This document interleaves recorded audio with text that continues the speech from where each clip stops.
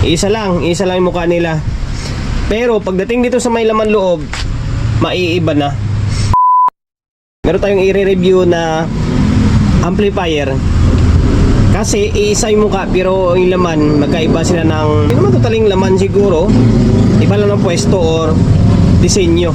Ayan, Kevlar na GX7000 integrated power amplifier. Pasensya na kung hindi ka na makita ito kasi naka GoPro tayo. Wala kasing flashlight pa yung GoPro natin.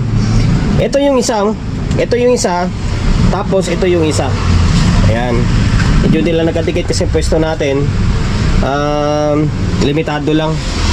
Ayan, ito Kevlar GX7000 integrated power amplifier. Same lang in terms naman sa may muka, walang kinaiba. Same na same. May display dito, may display din dito yan. Okay? Isa lang yung mukha nila. Pero pagdating dito sa may laman loob, maiiba na. Ito yung isa, hindi ko alam kung alin yung nauna dito na modelo, alin yung bago. Bali, comment na lang kayo dyan sa may comment section kung alin yung naiba, alin yung nauna, hindi alin yung bago. Dito muna tayo sa may transformer. Yan, transformer. May nakasulat na GX7000. Tapos isa, meron ding nakasulat na GX7000. Yung supply is 68 din, 68068 din naman. Dito 68068 din. Same. Pag tingin mo sa may packing, sa may balot ng transformer is isa lang, blue rin din Tapos ito sa may mainboard na tayo. Sa mainboard, ito is parang hybrid yung dating niya. Malapad yung datingan ng board niya. Dito yung power supply, dito yung amplifier. Ito yung amplifier niya Tapos ito yung heatsink ng output niya.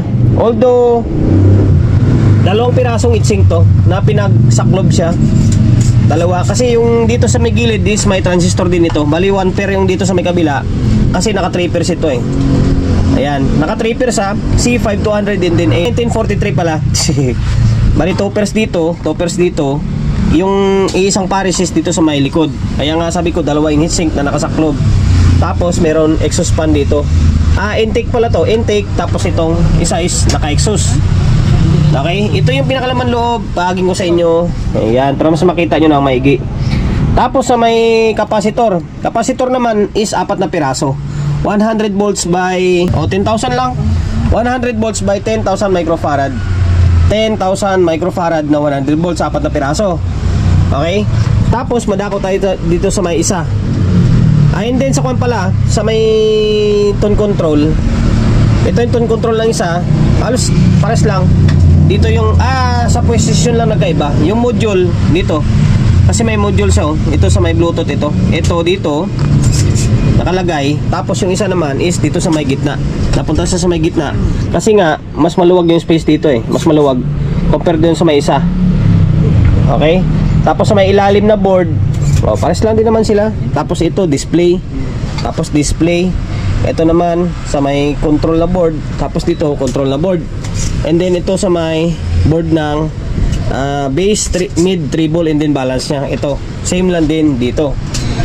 Okay, madako tayo sa may kabila. Sa may kabila, yung capacitor na ginamit is same lang din, 100 volts by 10,000 microfarad din.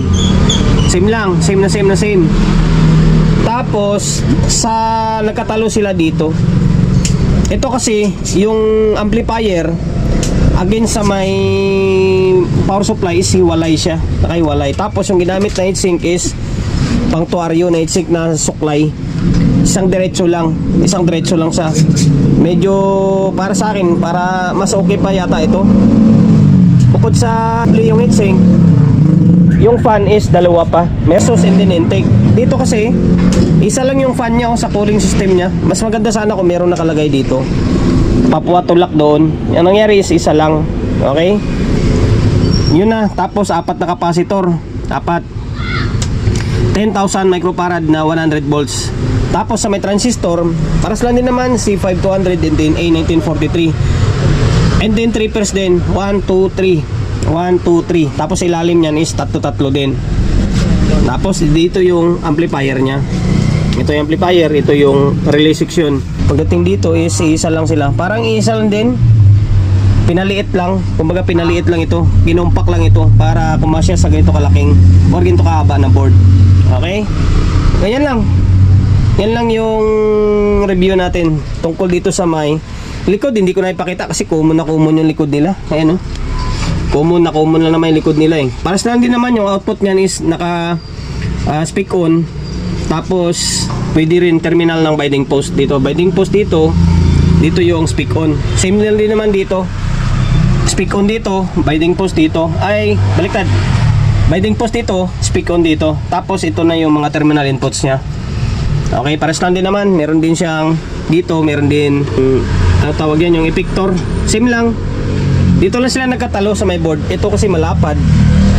Hybrid yung dating. Ito naman is hiwalay yung power supply against sa may main board. Tapos sa heatsink, ito isang piraso lang. Ito naman dalawa. Tapos sa cooling system, sa pan nila is dalawa ito. Dito and then dito. Ito naman is isa lang. Ngayon, mag-comment na lang kayo dyan sa may comment section kung alin yung sa tingin nyo nauna. Anong modelo ba yung nauna dito? Ito ba yung ganitong board? Or ito ba yung ganitong klaseng board? Alin ang nauna sa kanila? Yan, comment na lang kayo sa may comment section. And then sana nakapagbigay idea tayo sa ganitong unit, di ba? Kaso lang pag bumili ka, hindi mo naman sisilipin to, eh. Di ba? Hindi mo naman sisilipin to kung alin yung pipiliin mo na board. Akin lang naman kasi nga na curious din ako kung bakit magkaiba yung laman, di ba? Although pares sila ng mukha. Tapos wala siya nakalagay na kung version 1 or version 2. Wala, eh. Okay? Ayan, sana nakapagbigay idea tayo sa mga kapwa natin na gustong bumili ng amplifier Kevlar na GX7000. Eh, at least alam nyo yung magiging laman loob, di ba? Kung bukas kayo, maaaring ito yung laman loob or magiging ganito. Then, bago tayo magtapos, siyempre, promotion muna tayo. Shop natin, Tully J Electronics Repair Shop along sa Uyo, Quezon City. Number 61, Don Julio Gregorio Street, sa Uyo Road, sa Uyo, Quezon City. Social media pages natin, kung hindi pa nakapag-follow, paki-follow. And then, siyempre, paki-share na video natin sa my Facebook, YouTube channel. Kung hindi pa nakapag-subscribe, paki-subscribe, like, share. And then, siyempre, paki-hit na bell button sa gilid para updated ka sa mga susunod na video na i-upload ko. Ingat, God bless, and then peace atin lahat.